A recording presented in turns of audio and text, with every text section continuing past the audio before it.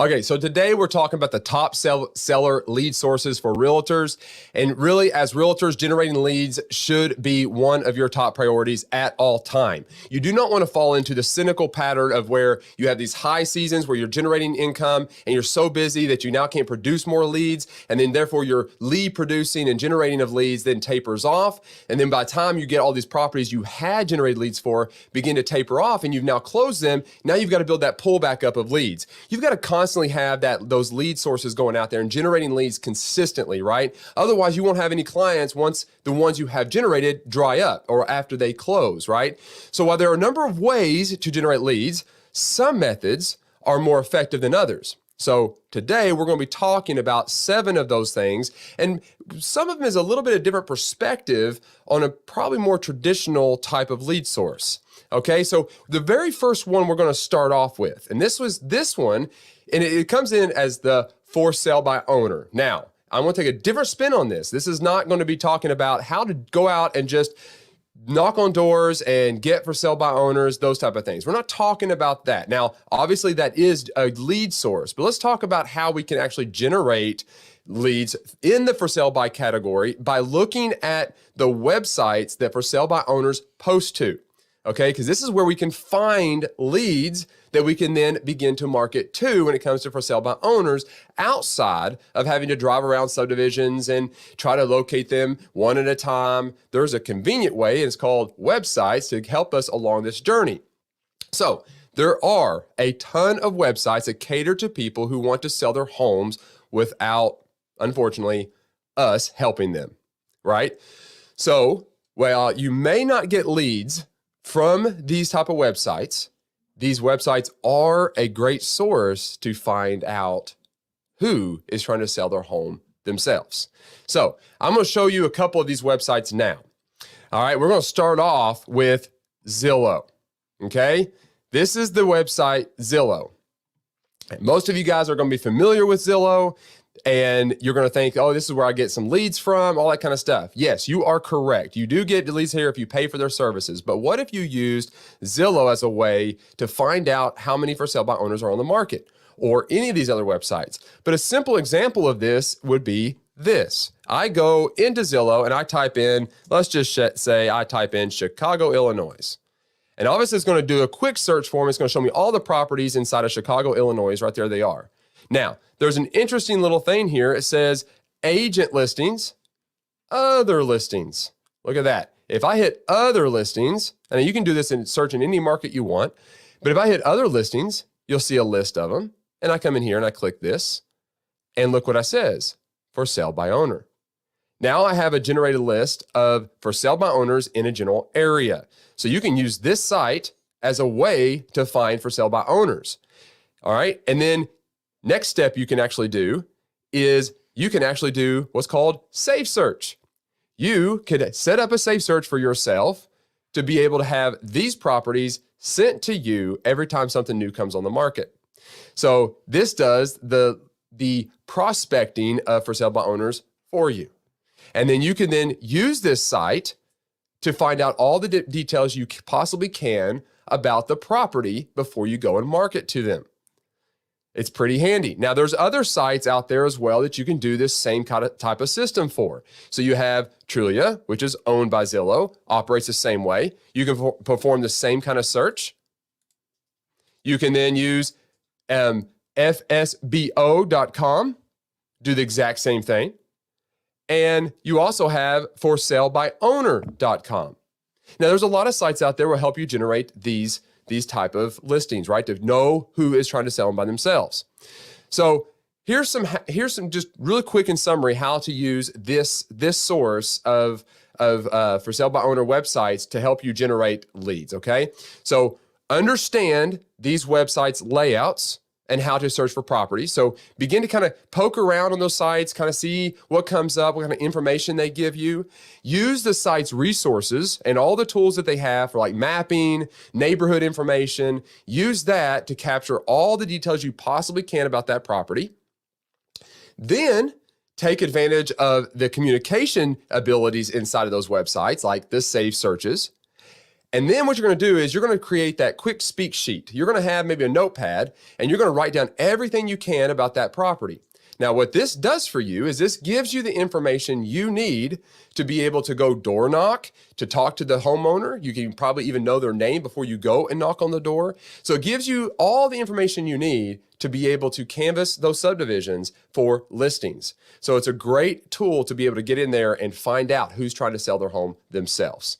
So great tool. So there's one for sell by owner websites. You can generate seller leads through these portals. Use them to your advantage.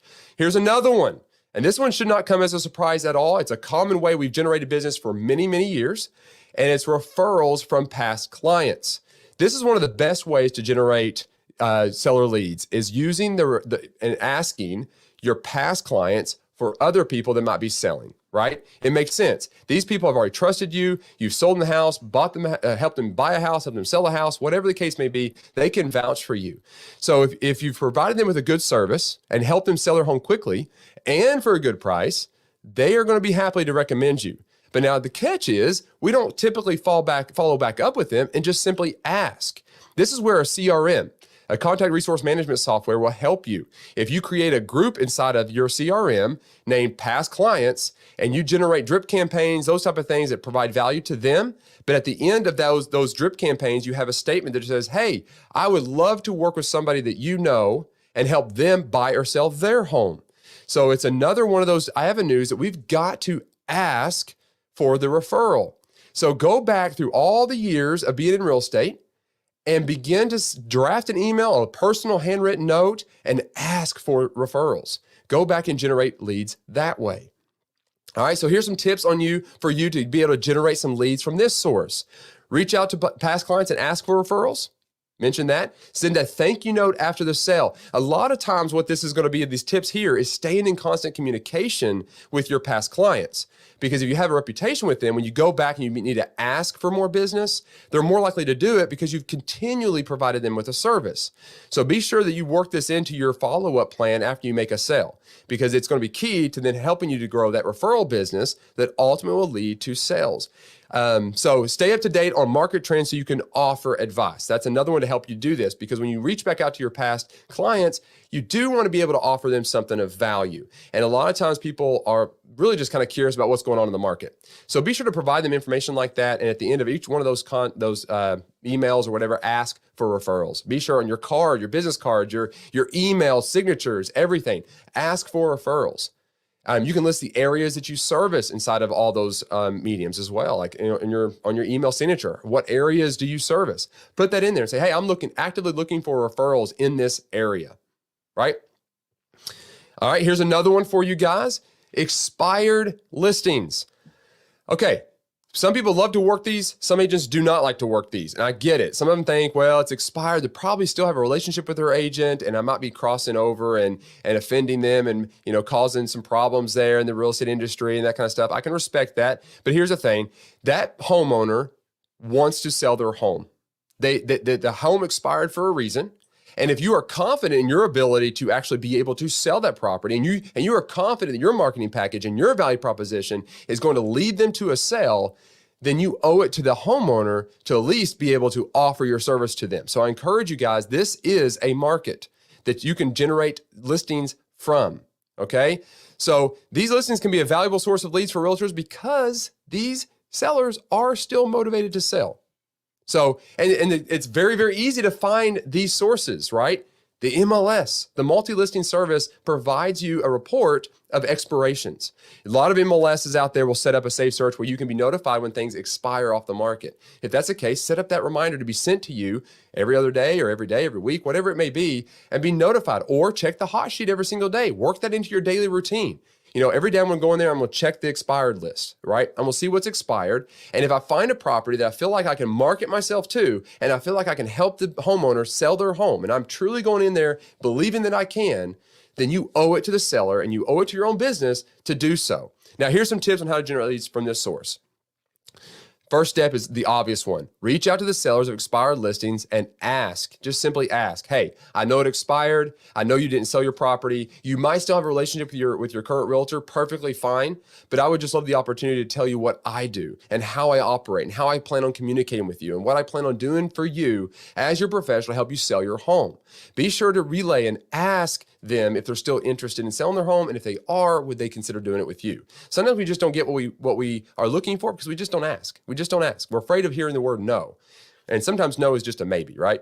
Talk to them about what went wrong with their last attempt and offer ways to correct it. Now, we're not getting into the whole idea that I want them talking and bashing their other realtor. We don't care about that because we want to stay focused on the actual property. So control the conversation and make sure we talk about things like, well, what could we do different? Like, here's what I have noticed works, maybe staging, maybe better photos. Be careful not to bash any other realtor, but stay on point about what they think might have caused it not to sell. Maybe there's some input that they can give you, and then your knowledge and your professionalism can come in and help them to draft a good marketing plan. So it is good to have that conversation with them. But again, be careful with that statement. Just make sure you don't kind of go down a road where you're hand bashing anybody. Now, I will say this, here's another one for you, is send a handwritten note. So after you meet with them, even if it's a no or whatever, do a handwritten note. I will say, if you get a handwritten note in the mail, you know that someone took the time, they were very intentional in relaying their services to you, and they want to service you, and you feel like they care, right? So I would encourage you to get in the habit of writing handwritten notes. They carry a lot of weight. And if you want to try to convince or even just show that you care about them trying to help them sell their home, it's a good personal touch. And then, of course, you want to follow up with the sellers regularly, even if they don't end up working with you. Look, put them on your drip campaign. If you have a newsletter or whatever, throw them inside of your CRM. Get them on the newsletter. They can always opt out, unsubscribe, perfectly fine. But going back to kind of generating, have a quick speech sheet. Try to capture as much information as you can about the person you're talking to, name, address, phone numbers, emails, whatever you can get. Have a system in place to kind of record that information and then transfer it to a CRM. It's just good practice. This is the world we live in. Our CRM is our lifeblood. And then keep track of which agents are working on expired listings in your area, and then research their strategies. So if you have a certain area that you have targeted into, try to figure out if there's other agents in the area that are also doing the exact same thing by targeting expired listings. Because if they are, and they're actually getting listings, it's good to kind of check out what your competition's doing and learn what they're doing that's working, and then replicate it and then improve upon it with your own value proposition. So that's some ideas on help you to get some expired listings. Now, here's another one. Another way to generate seller leads is probate sales. Probate sales, okay? So a probate sale it occurs after the death of an owner. Okay, so if someone passes away, it goes through probate, and now sometimes those type of situations, they've got to sell the property. Court order to sell it, liquidate the estate. There's things that come up inside of this. These can be great sources for realtors because the sellers are often motivated to sell quickly and maybe less price sensitive than other sellers, right? Now, it does require some knowledge. Now, if you want to go and generate leads from this source, what I would encourage you to do is to get very equipped and educated on the process of probating a property and an estate, how that works, how heirs work. I mean, get equipped if you're going to go down this road. But this can be a very, very lucrative way to niche down and find good seller leads. So some tips on how to generate some seller leads from this type of source is understand the probate process and what to expect. So understand the nature of it, the processes, the whole thing from when someone passes away to get to the point where it's ready to be sold. Understand that entire process. The biggest key is building relationship with probate attorneys and other professionals in that field. So others that work in the probate industry and try to work through going from someone passing away all the way to selling the property and handling the estates. This is the people you want to build a relationship with. These are the ones that's going to help you to be able to guide you and kind of give you some knowledge, some professionals to put in your repertoire that basically helps you to be able to understand this. But then at the end, if you build a relationship with them, they're going to help you be able to, or they're going to send you the referrals for those sellers and talk to them about having some good agents to recommend. So All right, here's another one for you. This one is not as popular now, and we're kind of watching what the market does, and this could become more of the norm going forward. We'll see how the market pans out. But this other source of generating seller leads is pre-foreclosure, or what would be called short sale. Now, some of you guys have not heard the short sale term in a while. Why is that? Because the market has been really, really good. So they've not had to really go down this road too much. But with the market shifting and things beginning to take place, this could become another source. And now would be the time to begin to cultivate some relationships inside of this kind of source lead, okay? So pre-foreclosure. What is a pre-foreclosure? Well, a pre-foreclosure is a home that where the sellers are behind on the payments, but haven't been foreclosed on yet. Maybe some of the process has started, but they're behind on the payments, and maybe they are not underwater on their home. Maybe there's some wiggle room there, or maybe it's just going in and having a conversation with them. It's like, look, you're losing money. You can't afford the home. Your house poor. Let's figure out a way to kind of work together through this and see if we can get the home on the market, try to get as much for it as possible, and then hopefully cover the cost of what you owe on the home. And so you can maybe walk away with a little bit, but getting equipped on being able to navigate a listing appointment to handle a situation like this can be a very good niche, because these people are struggling. And I will say helping others kind of work through their problems can be a very rewarding process for us. And at the same time, it could be a lucrative one. Now, a short sale inside of the same category, a short sale is they are underwater in their home. They owe more than what they can sell it for. Now, this market's kind of interesting. We're not there yet, but this could become a good source in the future. So keep this in mind, and getting equipped on the short sale process could be a huge benefit for you going forward as these years progress and as we continue to watch the market. But a short sale is basically they owe more than the home is worth. If you sell the home, they still owe debt to the bank. Here's where you kind of come in. You can develop relationships with their bank, help the process, help the bank and the seller understand what might be going on and what maybe we could do to market the property through doing some comparative market analysis, figuring out some weak spots, calculating what the loss will be, because a bank sometimes will agree to sell the property for less than what is owed, maybe even forgive the seller, or maybe defer payment, work out some programs for them. But they'll do that because it's really expensive for them to go through the entire foreclosure process. So they'll weigh those options. So as you as an agent that this could become the future, get equipped with the whole idea about how foreclosures work, what pre-foreclosure looks like, and ultimately short sales. These are another source that we could be moving into.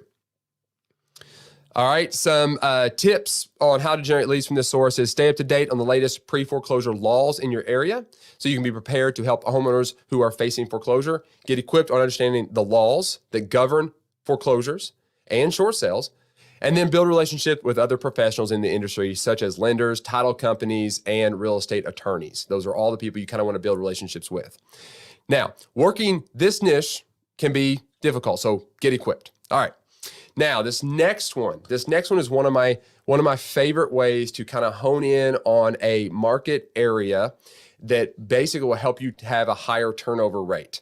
All right. And this source of generating seller leads can be multifaceted and can even be combined with some of the other ones with helping you kind of hone in on a specific area.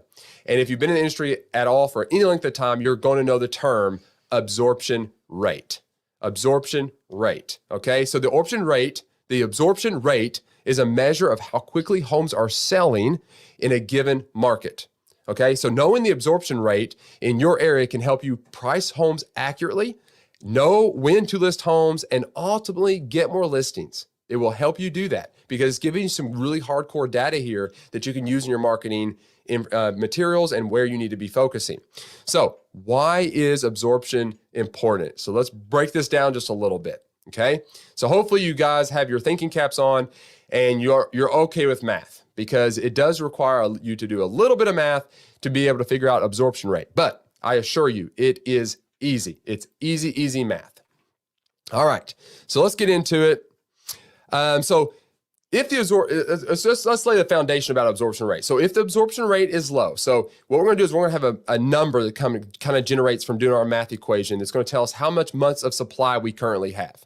Okay, so if the absorption rate is low, okay, if we end up doing a calculation and that number comes in low, then that means that there are more buyers than there are sellers, and homes are selling quickly. Okay, so you end up having probably a higher inflation of home, a little more expensive, but it's a high turnover rate inside of that area. So on the other hand, though, if the absorption rate is high, then this means that there are more sellers than buyers, and it's taking longer for homes to sell. So if you're targeting a specific area, I would encourage you, look for the lower number. So if you are trying to find a target market area, like door knocking or circle prospecting, it would make sense to target one that has a higher turnover, right, of properties being sold, so a lower number. So by doing so, you'll be working with the homes that the majority of these buyers are looking for, including the areas that they want to live in. So if you can find an area that has a low absorption rate, if you can find a place that has that, then you have found a place where probably more than likely people really want to live. It's an area that's desirable, and the prices fall into the average selling price of your market, or at least that area. And that will tell you where you probably should be spending time circle prospecting and farming. So it helps you to be able to look into that area, and as well as where you should be looking for sale by owners, because that is your market. That's where you want to hone in on. So now let's get into how do I figure out my absorption rate. Let's go into the math side of this.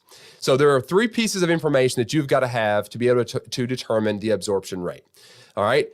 One is the specific time frame that you want to use. Now, I typically will use a 30-day window. Okay, I want to get these numbers for the 30 days. I want to look at it for 30 days. So the other 2 pieces of information you need is the number of sold homes during that time frame and the number of active homes right now. Okay, so that's the 3 information. A time frame that you want to calculate this absorption rate off of, you pick it. Then the number of homes that have sold inside of that time frame that you picked, and the number of active homes right now in that specific time, or right now, currently in that market, that general area that you're looking at. Okay, that's the 3 bits of information that you need. Now, the formula to figure this out is super simple. You divide the number of homes sold in a time frame by the homes available. That's the equation. Okay, so an example would be this. In the past 30 days, in this subdivision of Winding Ridge, they had 50 new listings come on the market. In those 30 days, 25 properties sold. 50 divided by 25 equals 2. So that market would have a 2-month supply of homes. That's a relatively slow or fast turnover rate. That means people like the area. That's a lot of homes that came on the market. That's a lot of homes that sold, and it's a very low home supply. So now that tells you that subdivision, Winding Ridge, could be a great place to spend your time marketing.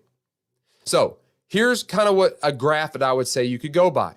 A balanced market absorption rate is anywhere between 5 to 7 months, okay? If I was to say, where is that threshold where things are balanced and even, it would be 5 to 7 months of supply, okay? That's where kind of everybody's making money. It's not a buyer's market. It's not a seller's market. It's just a good market for all. It's kind of an equal market. But then less than 5, you would consider a seller's market, and more than 7, a buyer's market. Now, there's deviations inside of this, but that's just kind of give you an idea about what you're looking for. So that if you find an area that has that lower number, then you kind of know where you need to be generating your other seller leads from. Okay. So going back to all those other things, for sale by owners, sphere of influence, everything. You then, by knowing your absorption rate and figuring that out in specific areas, it's going to help you hone in to where you really need to be trying to generate leads from. Okay. Now, I'll put up in the information here on, I think it'll pop up here after the show, and it'll have a card up there that you can click, and you can watch a previous conversation that I had with Carla Cross. Carla Cross wrote a book, and we dived into circle prospecting, which is kind of similar to farming, and it's going to give you some great techniques on how to basically do at a certain area and prospect around a certain property and generate leads off that property. So if you take that video, if you watch that video and you gain tips on how to do that type of process, combined with picking an area based on absorption rate, you're going to find a market that's going to have a good turnover for you. It's going to give you a lot of listings that you can sell to the highest demand of buyers. So it's going to help you set up for success. And the absorption rate is something you can use over and over again in multiple different markets and different types of niches, right? So there you go. Now, here is another one of these type of sources. All right. This is obviously overstated. You guys are not going to be surprised on this one. And it's very similar to another one, but it's sphere of influence. Sphere of influence, your SOI. Now, how is this different than your past clients? Well, your past clients are people that have actively sold from you. They've bought and they've sold through you, right? So that's your past clients. They've already used you. But now you have a sphere of influence. There's obviously some people in your past clients going to be your SOI, but there's slight differences in the way you would approach them, because some of your people in your SOI know multiple realtors, maybe have not used you. They're just people maybe you get your haircut from, or your CPA, or your banker. Maybe there's people you have somewhat of a relationship with that calls you for advice, but you've not actually had business done with them yet. I would put them, if you feel like you have some influence over them, they need to be in your SOI. They need to be in your CRM under that grouping. But then you do need to do kind of the similar type of things like you would do with your past clients, but maybe it's slightly different, okay? Because your sphere of influence are people that you would say that I'm going to cultivate a relationship with. I'm going to begin to generate leads from them. These are people that you want to take out to lunch. These are the people you want to have coffee with. These are people you want to give gifts to. These are people you want to, if it's your banker, your CPA, you want to go in and have a relationship with them and build that relationship, right? That's your sphere of influence. People you will have influence over. Don't underestimate the power of generating seller leads from this group. But you do need to be able to build your SOI. I stress this all the time. Get an SOI, get a sphere of influence, put them in your CRM, market to them consistently over time, handwritten notes, personal meetings, get to know them, know everything about them you possibly can. Their kids, their pets, everything you can. And stay in front of them, and then do what? Do the same thing we've been saying this whole time.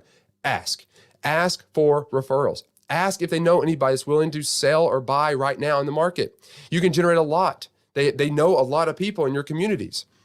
So here's some tips for you to stay and to generate leads from this source. We've said it, stay in touch. Simple, just stay in touch. Do not forget about this group. Okay, these are close friends, right? Stay in touch. Meet with your sphere of influence on a regular basis to stay top of mind.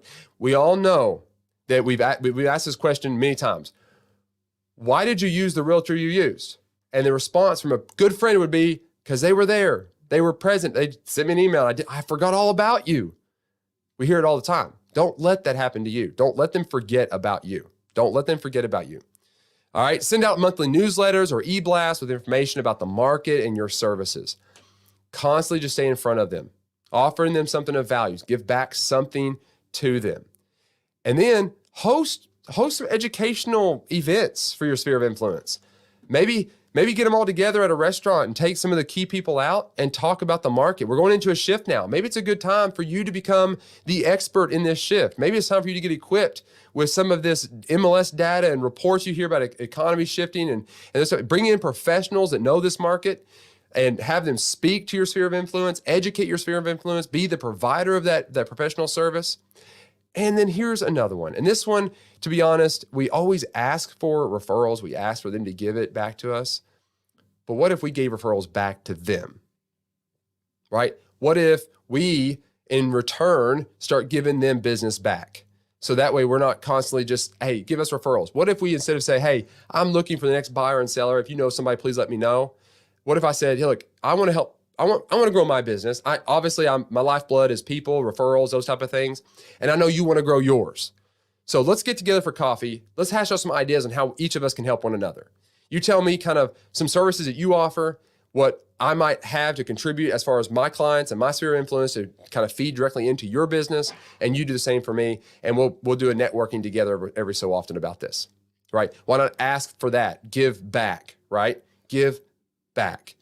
So guys, these are some different ways of thinking about sources. There's other ones out there, but I wanted to kind of pull 7 that I feel like are really top sources that are kind of overlooked in a way. Areas that we don't actually do very often. Some of us, you guys might be out there watching and say, yeah, I do expired listings all the time. I convert them. Great. What about absorption rate? What about your sphere of influence? right? There's some in here that will generate leads. Now, I'm not saying you need to do all of these. You can't do all of these. It's not possible. There's not enough time to constantly do this. Now, you can grow in your business and eventually do all of these. Absolutely. But what I would say is find a couple of these. Find a couple of these and get really good at it. Get really, really equipped and know how to generate leads from these sources. Learn scripts and objection handling and tools and technology and all those type of things to get good at doing these things. Because I tell you, if you can get really good at these things, you're going to grow your listing business. You're going to grow your listing business to survive any market shift because you've got things out there that are just working for you, constantly bringing leads in. And you're not paying for any of these. The coolest thing is none of this costs you any money. None of this costs you any money. It's all about getting in front of people, being present, being available. It's all of those things. You don't have to go out here and pay Zillow or anybody for leads and generating all those type of things. No, this is things you can do for free. And the dividends of it is massive. It's massive. So just to quickly go over them again, for sale by owner websites, check them out. Get on there, save searches, all those type of things. Referrals from past clients, don't forget about them. Handwritten notes, stay in contact, be a service, be a value, ask for business. All right, expired listings, absolutely. They've already been on the market. If you believe that you have a service that you can benefit them and you can help them sell their home, and you can be honest with them and you can provide a service better than the previous real estate agent could, then get in front of those expired listings. Don't wait. Someone's doing it. Someone's doing it. Probate sales, get equipped with the probating process, estate planning, all those type of things, get in contact with attorneys, all of that. They're going to help you grow this lead source as well. Now, this requires more knowledge. Get in there and learn what you can. Pre-foreclosure and short sales, yes, this could be coming back. I'm not sure if it is or not, but it could be coming back. Pre-foreclosure and short sales, get equipped with that, get relationships built and with attorneys, those type of things, and do this, guys. It's good. Absorption rate. Learn this math. You'll get good. It's like I said, it's math, and people hear math. Oh, I'm scared of math. This is the easiest math you'll ever do in real estate. It's just helping you to figure out how much month supply there is. What is that number? Look for that low number. That's what you want. You want that low number. Sphere of influence. Do not neglect your sphere of influence. Do not do it. These are people that you know, you trust, they trust you, it's mutual. Build that relationship with them. Build that relationship with them.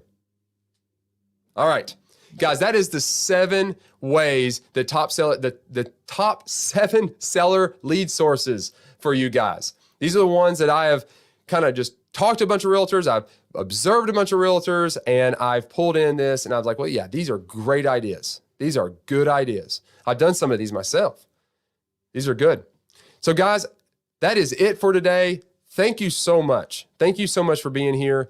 And like I said at the very beginning, if this is your first time here, please put the little thumbs up. That always helps. Hit that little thumbs up button.